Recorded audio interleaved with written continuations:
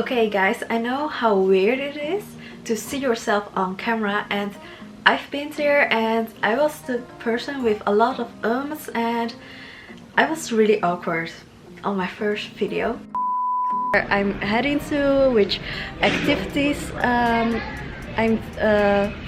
taking, and I'm super excited for this road trip, and I haven't flew on international flights for a long time, and I was playing a lot with my hair and I didn't know what to say, and there was a lot of ums, and I already cut it out like 20 ums away, but there were still 20 ums in the video. So yeah, it was quite a challenge, but with around 100 videos on YouTube and talking on Instagram stories, it helps me to gain a lot of confidence on camera. In this video, I will give you 7 tips how to be confident and comfortable on camera. Tip number 1: warm up for the camera. And what I mean with this is, don't just press record immediately. Like, I never do that, and I always sit in front of the camera and then I will think what I am going to say. I also do a voice warm-up actually, like hi guys. Yeah, I'm doing that because it gives me more the mood to talk, and yeah, to talk on the camera, because it is quite unnatural for us humans to talk on the camera. I really love doing the voice warm up to just get into the mood. And what is also important is to drink water before you start speaking. So I have this huge glass of water. It is super important to drink enough water before you speak, and also in the meantime while you are speaking if it is a long video. So let me first drink some water. Okay, it is very important to make good eye contact with the camera, and I know it is quite unnatural, especially at the beginning, but really try to imagine that you are talking to a friend. Don't have the thought of, oh, I am going to record a video and hundreds or 1,000 people might watch it and it's going to be on the internet. That is not going to help you. Try to imagine that it's a friend whom you're talking to. That will help you out a lot.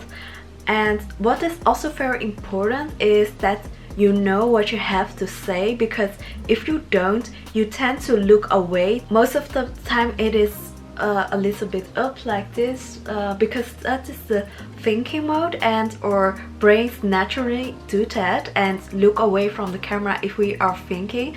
So it is very important that you know what you have to say and that you make good eye contact with the camera. Tip number 2 is smile to the camera. It is very important that you see a cheerful person, unless that person has a horror story that he or she wants to share. But if it's not that case, you should be smiling and be joyful, because people like to see people cheerful on the camera. Tip number 3 is pump up the energy. If you are talking on a normal tone to the camera has something that it automatically will shut down a percentage of the energy.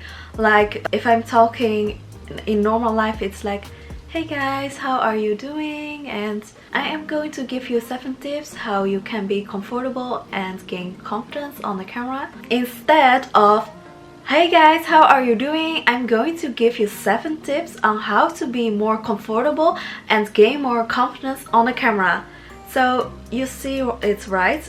It just has a different kind of tones and you can really tell. So just pump up the energy slightly and don't do it too much, because what I noticed in my earlier days on YouTube, I pumped up my energy at the beginning like too much, and then you just saw the energy going down, and it's because I couldn't keep up the energy for 15 minutes straight.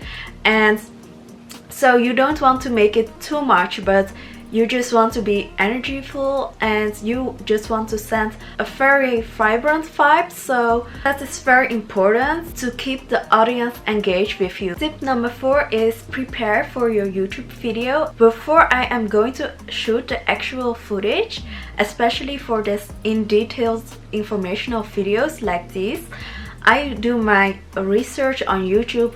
What is the title going to be and what will I put in the description box? I do my keyword research. I'm going to think through roughly like what is my thumbnail going to be, and yeah, I also do make my notes.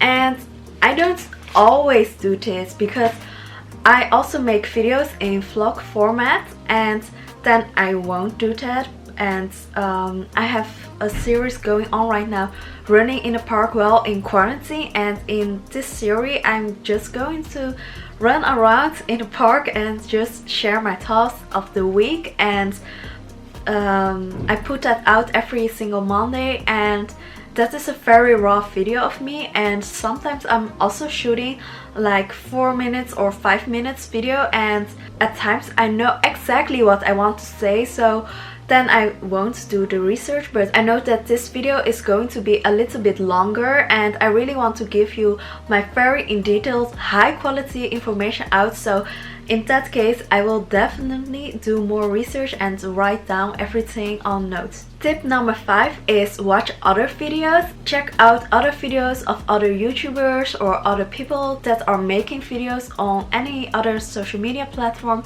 Assess why and how you connect with them, and just think it very thoroughly. What are they doing that keep your attention with their videos, and why do you want to watch the whole video? Because sometimes people put out 20 minutes videos and you will just feel like, oh, it was only 20 minutes, but at other times when people are putting out 20 minutes videos, you will feel like, oh, that is so long and it is very boring.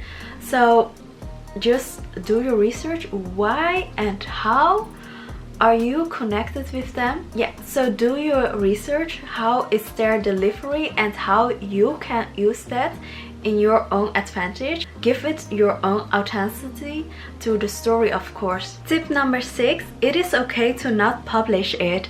And what I mean with that, some video shots are really not good, and especially when you are just trying out in the beginning, and that's totally okay. And I also had these shots that I was in the mountains and I was like, oh, I'm in the mountains and I see a green mountain, and I didn't know the name, I didn't know any additional information that would give you value, so I never published these shots. But if I'm also looking back to my own videos from the beginning, of course these were not my best, and your first video is not going to be your best video, and that is totally okay. So it is okay to not publish some, but I will go to the last tip. Practice, practice, practice. It is never going to be perfect.